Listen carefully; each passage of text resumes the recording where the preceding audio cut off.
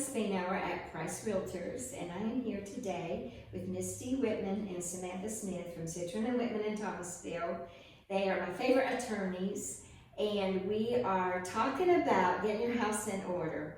And there's a lot of legal things that people need to think about, and maybe when you're not even so old, it's a good idea to think about what do you need to do in case something happens. And we're all gonna die, you know, and we gotta get ready for that. And I'm just thinking it would be a good idea to think about these things while we are able to, because sometimes we have cases where we get dementia or we get a physical problem that affects our ability to think and to act. So I think we need to start thinking about getting our legal documents in order so that we can rest in peace eventually, and even while we're living, that we can rest knowing and have peace of mind that knowing that we've taken care of these things. Absolutely. So I think, you know, what you said is very important, and it's not just when you're older.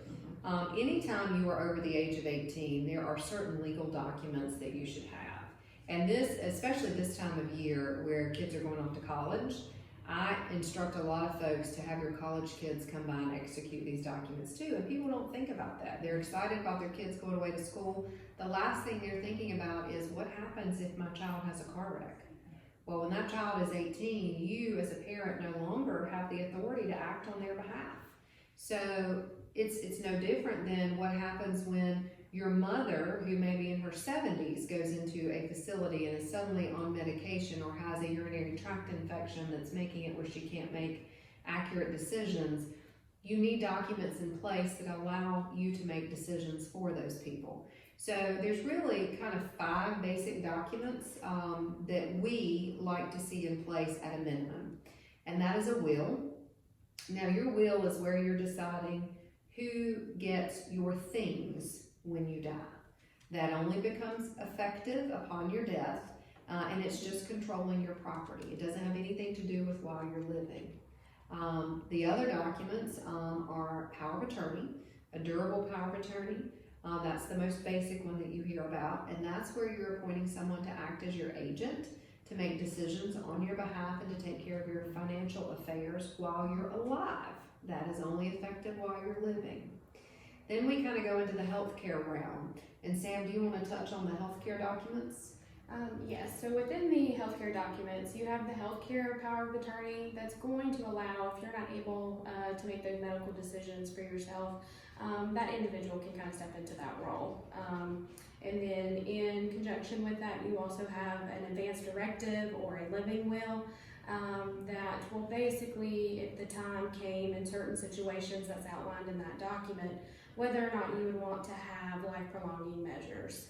So let's, for example, the most common one I always think about is if you're in a vegetative state. And it is fairly certain that, of course, you're not gonna get better. You're not gonna regain consciousness.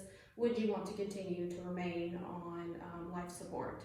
And then the other is a generalized HIPAA. So a lot of times folks have their HIPAA on file with your primary care physician, but if you do traveling or for whatever reason you go out of network to a different hospital or different facility, and you're not able to consent to have medical records obtained, you may need to have that document work alongside the healthcare power of attorney to obtain those medical records.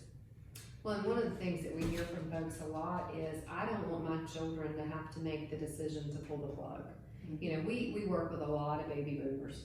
So, and we really work through people through the stages. We watch them from the time they're 18 to then when they're getting married and they buy a house, and suddenly it becomes very important to make sure they have a will for who gets the house if something happens to them.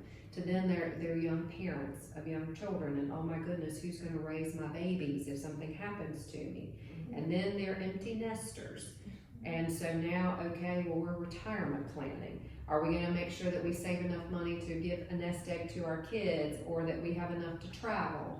And then we get to the point, okay, well, we've traveled now, we're facing, you know, well, where do we go next? Are we going to a retirement community? Are we going to have enough money to remain at home and get in-home care if we need it? How do we plan this out? And so one of the things too, when we talk to folks, is they don't want to burden their kids. And, you know, when it comes to things like end-of-life decisions, like Sam was saying, with if you're in a persistent vegetative state, not wanting to remain on artificial life support, you know, it's really difficult for your children to make that determination, even though they may know in their mind, you know, my mother is gone, this is not what she would want. It's really hard to make that emotional disconnection and say, okay, turn everything off.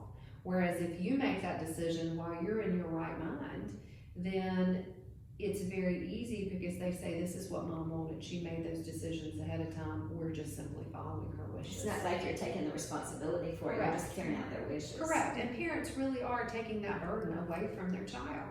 And along those lines, one of the things that we always tell people is one of the best gifts you can give your kids is to pre-plan your funeral.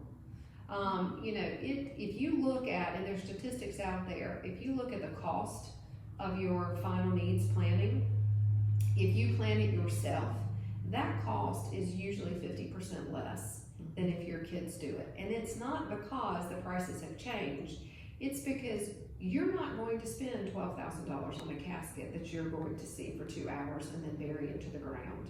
But when your children are making those decisions and they're hurt, mom's gone, all they want is the best for mom, and they tend to overspend thinking that that's giving you the best farewell possible, when in reality you would be very upset that they've spent all this money that's going in the ground.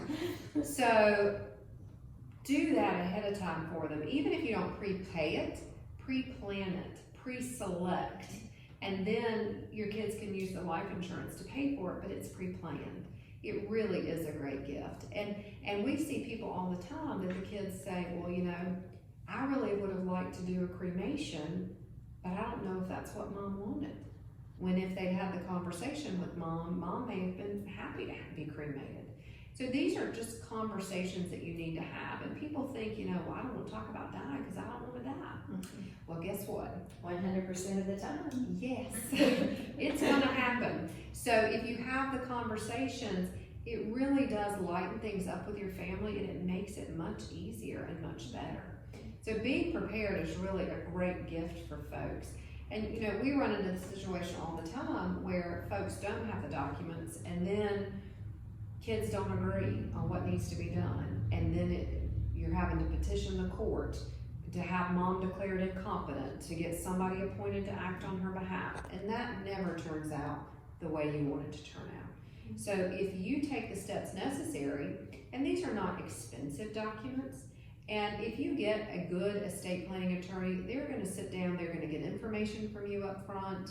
You know, there's a lot of attorneys that you can go in and you just tell them, I want a will, and they're going to draft a will for you, and you're going to sign it, and that's going to be it. That is a disservice to you. Unless the attorney understands what your estate looks like, they can't plan for you appropriately. You need to have assets that have beneficiaries listed, or you may need a trust. Trusts don't have to be expensive. Trusts can be easy. So you need an attorney that's going to sit down, go over this information, fill out these worksheets with you, and make sure that they're doing what you need done to protect your best interests. But again, it doesn't have to be an expensive process. It's really easy to do, and it's the best time you can utilize to help you and your children moving forward. And it's a money saver. If you will put these things in place in advance, not only does it make it easier for the kids, it saves them money in the long run, because you can avoid administering an estate, you can avoid court costs, you can avoid a lot of taxes. And maybe avoid a big fuss. Yes, I've seen definitely. that so many times. Oh, yes, definitely avoid a big fuss. I tell people all the time, I have one child because I do estate work. I see all these siblings that got along beautifully when mom and dad were living, and then mom and dad are dead, and suddenly dad told, you know, brother A that he could have the tractor, and brother B says, oh no, he told me I could have the tractor. Well, he may have told you both could have the tractor, but whatever he put in his will is what's going to happen. So, you know, if you can get these things on paper, it makes things much easier. And when they're on paper, there is no fighting between the kids, because this is clearly spelled out. So we will put Misty and Samantha's number on the screen so that you can call them if you want to do your estate planning and save your children a whole lot of trouble for later. And we're happy to help.